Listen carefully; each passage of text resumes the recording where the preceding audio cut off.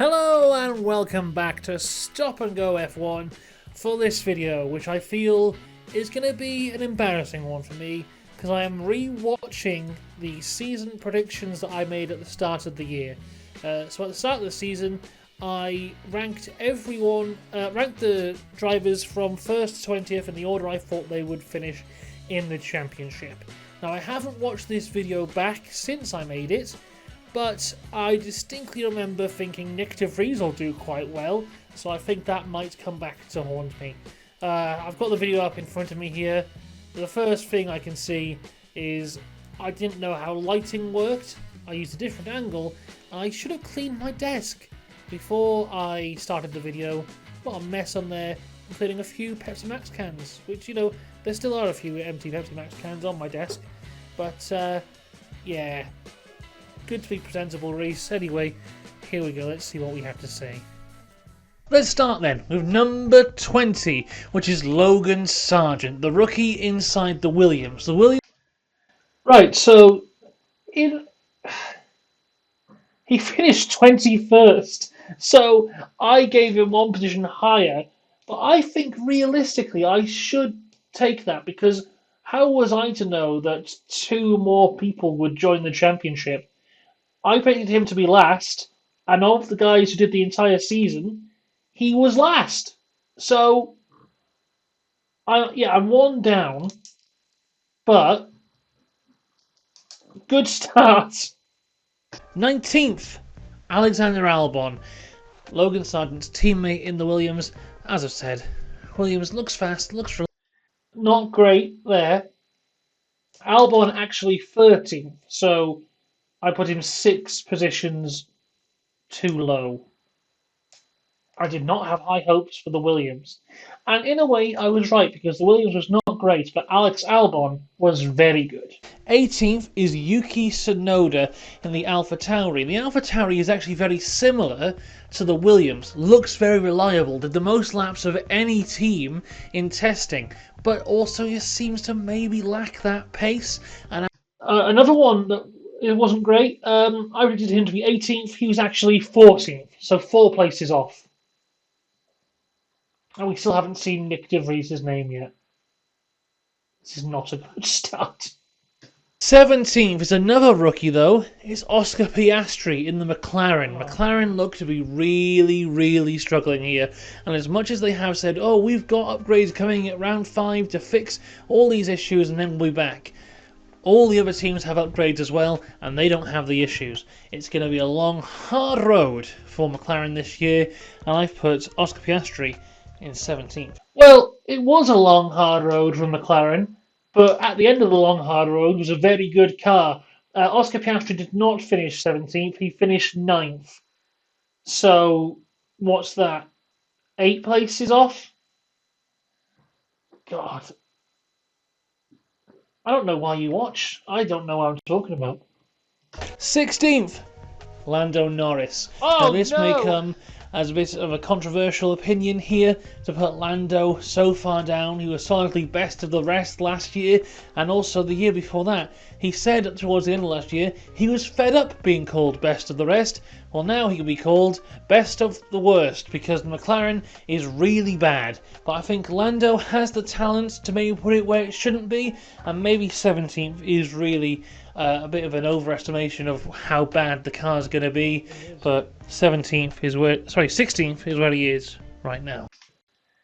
Oh God! So Lando Norris finished 6th, 10 places off there. He was in the battle to finish 4th at the end of the year. So, yeah, I mean, the McLaren was awful at the start of the year. When we think back to Bahrain, where Piastri couldn't make it past, I think it was like lap 2, Lando Norris needed 6 pit stops to finish the first race. So, if I was predicting where McLaren were in the end of the first race, I'd be pretty much bang on there. But unfortunately, I was predicting where they are at the end of the year. And they did turn it around in a big way to the point that Lando Norris finished the year in 6th. So, yeah. Oh, God. 15th place, Zhou Guanyu. When I'm putting together these predictions, I found that predicting the bottom half of the grid is a hell of a lot harder than the top half of the grid. I think you'll find everything's a bit hard here because you've got pretty much everything wrong. So Joe, I had 15th. He was actually 18th. So I've given him 3 extra positions there. Um, you know what? Not that bad, really, compared to some of my other predictions. Putting Joe 15th when he was actually 18th is not that bad. Let's keep on going. 14th is his teammate Valtteri Bottas. So Bottas actually finished 15th, so I was only 1 place off there. And what is really quite interesting is I think Bottas maybe has had a little bit of an underrated year. It still has not been, I wouldn't say it was good or it was great, but in terms of, the two drivers, I thought it'd be a lot closer than it was in terms of championship points. So that's the thing when you have a slower car, it is much harder to get those championship points. So one race of you doing really well can define your entire season, which may have been what happened here. But yeah, Bottas, I predicted 14th. He was 15th. Not that bad. 13th now is Nick De Vries, and I've put Oh, him God. quite considerably above his teammate Yuki Tsunoda. Nick De Vries, despite being a rookie, he is very experienced. He is a Formula E champion. He has done a lot of racing, a lot of motorsport, very talented guy. I think it won't take him long to get in the car and feel quite comfortable. And whereas Yuki Tsunoda has had 2 years now in Formula One where he hasn't exactly set the world on fire, maybe Nick comes in and yes, takes over that team, fills in that gap that Gasly has left, and shows everyone what he can do. He showed everyone what he could do. And what he could do is get kicked out of a car after half a season. So, jeez, I predicted him 13th, unbelievably. He finished 22nd place. So, yeah, not great for Nick De Vries there. Somehow, still not my prediction with the biggest gap. It's still Lando Norris, 10 positions higher than I predicted he would be. But my goodness, yeah, Nick De Vries, I had high hopes and it came crashing down. Watch the video, The Trial of Nick De Vries, as to see why it all came crashing down. And I still, to this day, don't think he was as bad as maybe it was less on. But yeah, it wasn't great for old Nick. 12th, Esteban Ocon in the Oh, Alpine. Now, the Alpine looks quick, but is also massively unstable, and with that Renault engine, reliability woes are about, or abound, both, maybe. doesn't matter. I picked Ocon to be 12. He was 12. I did it, everyone. I got one right. I got one. Yes, Esteban Ocon finished 12th. I knew it. I know everything about Formula One. Ignore all the other predictions. Esteban Ocon was 12th. 11th, Nico Hulkenberg. We haven't spoken about Haas yet, but in testing, they were very impressive. Got a lot of laps in, very good reliability. The car looks solid, the car looks quick, and with MoneyGram on board, they have enough money to actually reach the cost cap this year. And they're saving money with a new pit gantry. This could be a fantastic year for Haas, and quite frankly, I think they deserve it. So I've put Nico Hulkenberg in 11th. So yeah, babe, I don't know anything because Hulkenberg finished 16th, and I haven't actually mentioned Magnussen yet. Oh dear. So yeah, Haas. I had high expectations apparently for Haas, which is an interesting one because they're Haas. But yeah, only 16th for Hulkenberg, and he was the better of the two. I'm just looking down now, and so far, I predicted the Williams in the right order in terms of teammates. Same with McLaren. Same with Alfa Romeo. I obviously did not get the Alpha Tauri ones right. I've got Alpine right though, and I got the Haas wrong. So most teammate battles thus far I'm getting right, but lots of positions very, very wrong. Inside the top 10 now, we go to see Pierre Gasly in his new home of Alpine. I like Gasly. I think he's really good. Last year wasn't the best year for him because the AlphaTauri was so rubbish he really just couldn't show what he could do. But if you look at years like 2020, 2021, he was, for me, in the top 3 drivers just behind Verstappen and Hamilton. He's exceptionally talented and hopefully he'll get to prove it here in the Alpine, putting 10th. only one place off. He finished 11th. So there you go. For the Alpine drivers, I did very well. Dead on for Ocon, one place off for Gasly. There you go. If I can say nothing else, I can say I predict Alpine relatively well. And by relatively well, I mean I expect them to be right down the middle. The fifth best team, as they always are. Right, we're into the top 10 now. So I still haven't said Kevin Magnussen. So, oh God, let's hope he's next, otherwise it's going to get very embarrassing. Ninth, Kevin Magnussen in the Haas, his second year into his return at Haas. Last year he was good. He got some very good results. The thing that let him down is kind of just when he would go for these ridiculous moves on lap 1, lose a bit of his front wing, be called in with the meatball flag. Hopefully he's kind of got his head on a bit straighter this time and can deal well here. I think him and Hulkenberg will be a good, consistent pairing for Haas, even though personally I think that Haas should have really stayed with Schumacher, but that's a whole thing for another time. But yeah, Kevin Magnussen, ninth. So, a few things there. Haas should not have stayed with Schumacher. Magnussen did solve the lap 1 issues, but unfortunately a new issue arose, and that was that the Haas had the incredible ability to set its tyres on fire and melt them within a lap. So I picked Kevin Magnussen to be ninth. He was 19th. So 10 places off again, but in the opposite direction to Norris this time. So yeah, not great. Eighth place is Lance Stroll, the man we haven't seen in testing because he's broken his wrist slash wrists, maybe. Lance Stroll is an interesting one. A lot of people hate on Lance Stroll because of the reason he has his F1 seat is because his dad owns the company. That is unashamedly true, but I think on his day can deliver a good result, and given the right machinery can deliver a good result. And it seems like he's got the right machinery here. The issue is his teammate is one of the greatest of all time. I may overshine him a little bit. I've put him 8th. So I put him 8th. He actually was 10th. I'm speaking very highly of Lance Stroll there. He has very much gone down in my estimation since I recorded this video. But yeah, bad year for Stroll. If he'd had a decent year, he may have finished 8th. But yeah, they really just didn't deliver. Not too far off, only 2 positions off. 4th place is George Russell. Now, some people might get very annoyed at my placement of the Mercedes drivers here. George Russell last year had a fantastic debut year for the Mercedes team, beating Lewis Hamilton in the standings, but I think this year it'll go to Lewis. Despite the Mercedes not having the porpoising anymore, there seems to still be some big issues with that car. And I would put it right now as the 4th fastest car on the grid, hence George Russell being in 7th. Only one place off again. Not too far. I predicted Russell to be 7th. He was 8th. And again, Russell had a bad year. So, that's not too bad. If Russell had an average year, like similar to Stroll, if they had been as good as they could have been, they would have probably finished where I said they would have. So it's on them, really, rather than on me, for not living up to their full ability within a Formula One car. But yeah, only one place off. I'm happy with that. 6th place is teammate Lewis Hamilton. The same goes for what I just said about George. The Mercedes car is not there.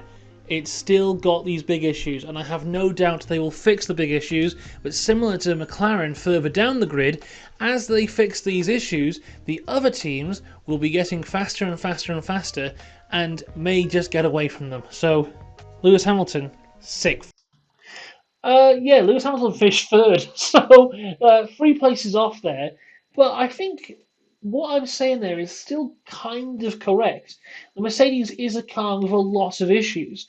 The thing that kind of saved them this year and propelled them to 2nd in the constructors was that they were like consistently the 3rd best car.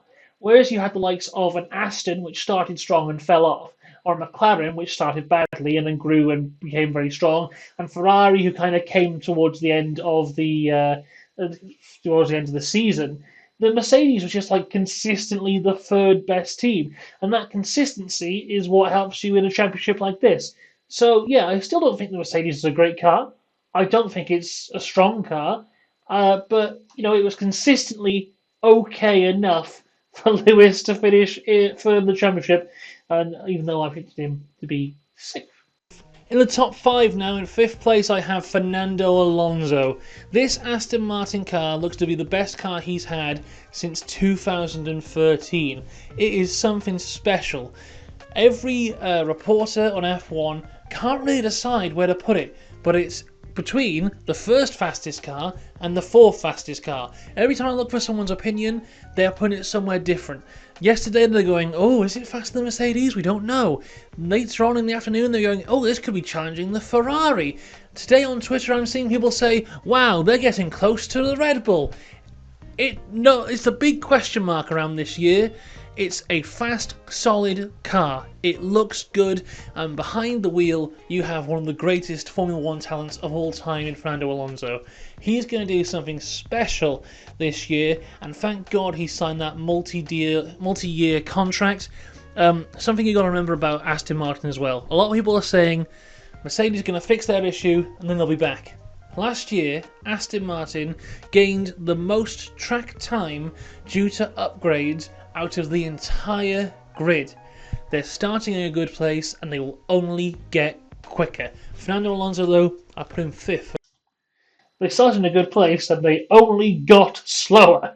You said, as I said, he said, it's me. I said there that like the big question mark is where are they in the rankings? So at that point in time, they were second.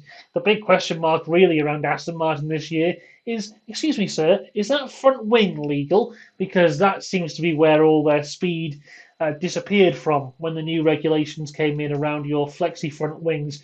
I predicted Alonso to be 5th. He was actually 4th. So once again, just one place off here as we go into like the top half of the leaderboard. I'm getting a bit more consistent, but I do think the bottom half is a hell of a lot harder to predict than the rest. But yeah, Alonso, good year overall, and I should have expected better because he was 4th. For now. 4th place, Carlos Sainz, the first of the Ferrari boys. Last year, difficult year for Sainz. He had a very difficult start to the year, lots of DNFs, lots of mistakes, but he seemed to get on top of that as the season went on. A lot of changes behind the scenes in Ferrari, with Binotto out and Vasseur in. Personally, I think the right changes have been made at Ferrari. They seem to have a decent car. It's an evolution of last year's car in the terms of it's still all over the place and shaky and making mistakes, but it's still quick. I've put him 4th. He's actually 7th. So yeah, not great consistency for Sainz, but the only non-Red Bull driver to win a race this year. I definitely was not expecting that at this point. Yeah, a bit off there, 3 positions off. But compared to some of my other predictions, 3 positions off is not too bad. We've got 3 places left. I haven't said Verstappen, Perez, or Leclerc yet. I'm hoping that I say Leclerc is 3rd, because if I do, it means I've got the last 2 right, which would be nice, wouldn't it, for everyone involved? Into the top 3 now with Sergio Perez. The Red Bull looks incredible. Absolutely incredible. It's a proper evolution of their car from last year, but it's just getting better. It looks almost unbeatable. Why then is Sergio in 3rd and not 1st or 2nd? I think because the guy who I put 2nd is incredibly talented. We'll get to that in a bit, but I think Sergio had a mixed year last year. If you watch Drive to Survive, they'll tell you he had an awful year last year, but that really isn't true. And I'm looking for some more good stuff from Sergio. I don't expect him to challenge Max Verstappen, but I expect him to have a good time. Yeah, he finished 2nd, so 1 place off again. Like I said there, it looked almost unbeatable. It was almost unbeatable. They only lost 1 race all year, so yeah. Let's hope, for the love of God, I put Leclerc 2nd and not Verstappen, because that would be very, very embarrassing. 2nd, Charles Leclerc in the Ferrari. Now, the reason I think Charles will beat Perez is just because last year he showed how good he can be. And I think the issue for him last year was the people around him not treating him correctly. His head was gone. His mindset was all wrong, and no one around him was there to support him. Now, Vasseur and him have history from when they were in the Alfa Romeo days, and from what I've seen of Vasseur in interviews, he seems like the right guy to bring Ferrari to wherever they need to be. And I think he can get Leclerc in the correct mindset to be able to drive that Ferrari to its peak performance. Unfortunately, though, I don't think he's good enough to win the title. So, firstly, Charles Leclerc in the end finished fifth, so a bit off there. But I think the point I made there is still actually very relevant because I do think Charles had kind of lost his head a little bit and lost the mindset towards the end of last year. And I think that came in as well at the start of this year, where he just wasn't quite right, and we had a few DNFs from him and a few mistakes from him. I know the car let him down as well. But also, just on top of that, I think as the year has gone through, Vasseur is the right guy for Ferrari. I still do believe that. And we have seen he has treated Leclerc a hell of a lot better. And I think his mindset and in general, he has improved to the point where I think if you look at just the last 5 races or so, just those alone, you can argue that he is just as good as Max Verstappen in those last few races. He's been absolutely incredible. So I think his head's in the right place at this point. I think Vasseur's the right man for the job ahead of Ferrari. Hopefully they can sort out the car for next year. I think maybe we could see a very strong push for them if the car is in the right place. But yeah, Leclerc, a few places off there. But it does mean I've got another one right, everyone. Because in first place we have Max Verstappen. The best driver on the grid today, in the best car on the grid today, leads to what I think this year will be one of the greatest championship years we've ever seen for any driver. Last year, he broke a few records. This year, he may break even more. We are living in Max Verstappen's era. That's it. I haven't got much else to say. The 2023 World Champion will be Max Verstappen. And I'll be talking to you through all of the year on Stop and Go F1. Yes, he was. And yes, he did. Well, there you go. I got the world champion dead on. Not only did I get him correct, but I predicted the unbelievable year, which was unpredictable from Max Verstappen. That's why you watch Stop and Go F1. So there you go. You know what? There's some howlers in there. Lando Norris finishing 6th. I thought he'd be 16th.